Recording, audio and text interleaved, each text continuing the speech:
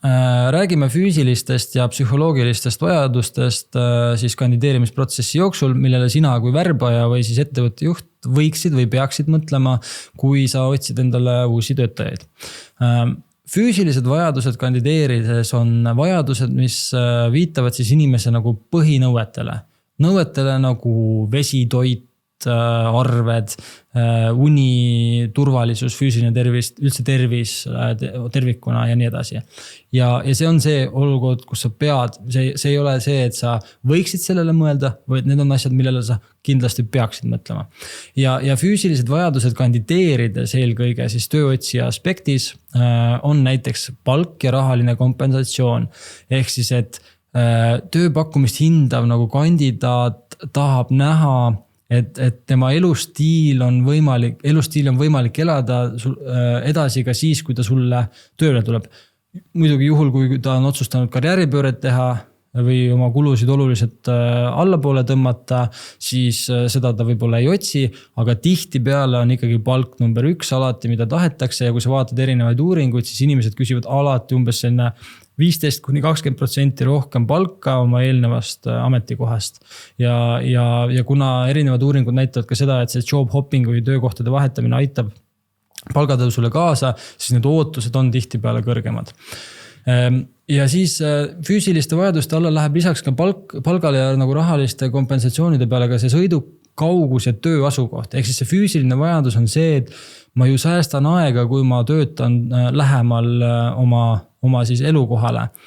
Ja siis ütleme nii, et need pikad sõidud võivad põhjustada siis stressi, väsimust või siis oluliselt võtta aega sinu päevast. Näiteks kui sa tund aega sõidad tööle, tund aega tagasi, siis see on automaatselt 2 tundi kaotatud iga päev sinu elust. Ja nüüd ongi koht, et kui sa tead, et see sõitmine on vajalik, oluline ja sa ei leia mujalt kandidaate, siis sa pead väga hästi suutma ära selgitada, kuidas sa kompenseerid selle sõidukauguse ja töö asukoha, selle füüsilise nagu vajaduse siis sellele kandidaadile.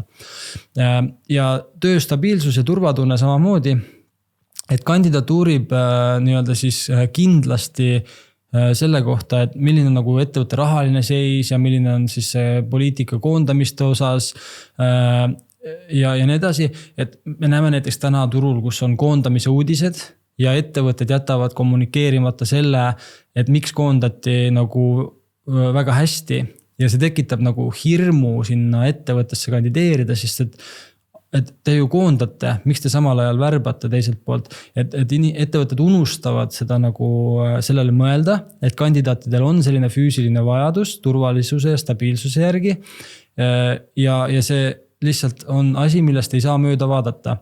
Aga tihti vaadatakse ja siis unustatakse tegelikult see aspekt inimestel ära. Ja siis tuleb teiselt poolt mõelda ka psühholoogiliste vajaduste peale kandideerides. Ehk siis, et kui meil on sellised hästi füüsilised vajadused, siis meil on ka psühholoogilised vajadused. Ja need on siis vajadused pigem, mis on vaimsed ja emotsionaalsed, mis aitavad kaasa siis üldisele tervisele ja üldisele heaolule. Et seal võivad olla siis mingisugused tunnustuse või autonoomia vajadused või mingisugune eesmärgipärasus, selline nagu psühholoogilistest vajadustest tulenevad siis sellised nõudmised sinu suunas, sinu kui tööandja suunas. Ja kui sa vaatad psühholoogilisi vajadusi kandideerides, siis mis need on? Töö ja eraelu tasakaal on väga oluline psühholoogiline vajadus, sest et see töö ja eraelu tasakaal tagab selle, et inimene on vähem stressis, ta saab panustada enda isikliku elu peale ja tasakaalustada siis seda kõike. Ja see võib-olla on asi, mida võiks nagu siis selle kandideerimise protsessis või seda töökuulutust luues nagu mõelda selle peale juba, et seda nagu siis psühholoogilist vajadust on vaja kontrollida, seda selgitada ja võib-olla siis mingid hirme maandada. Samamoodi ka toetav keskkond, et inimese üks suurim hirm kandideerimises on see, kui ta ei tea, kuhu ta kandideerib, ta ei tea, kes hakkab olema tema juht, ta ei tea, kes on tema inimesed seal. Ja kui sa ei suuda näidata sellele inimesele, et see keskkond on toetav tema jaoks, siis ta ei kandideeri sulle tööle, sest et ta kardab seda kandideerimisotsust vastu võtta. Ja me räägimegi siin inimestest, kes võib-olla et potentsiaalselt saamata jäänud kandidaatidest, et ilmselgelt sa leiad kandidaate, aga mõtle, kui palju rohkem sa saaksid kandidaate, kui sa mõtleksid kõikide nende aspektide peale. Ja kindlasti see kasvu ja arenguvõimalused ka, et sa pead olema selge selles osas, et kas on arenguvõimalus või ei ole arenguvõimalust. Et kui sa lubad üle, et on arenguvõimalus, aga tegelikult ei ole, siis see psühholoogiline vajadus areneda ja kasvada on inimestel, teatud tüüpidel eelkõige olemas. Ja kui sa neile valetad või näiteks ei suuda seda tagada, siis nad suure tõenäosusega kas ei taha sulle kandideerida tööle või nad lahkuvad üsna kiiresti sinu juurest töölt, sest et see nagu see vajadus psühholoogiliselt on neil olemas. Mõnel on see nagu eriti suur, mõnel võib olla väiksem, aga need, kellel see on eriti suur, siis nende jaoks on see eriti oluline samuti. Ja see oligi selline lühi kokkuvõte sellest, millised on füüsilised ja psühholoogilised vajadused. Siin võid guugeldada, vaadata edasi erinevaid materjale ka Alma Karjäär Talksi all.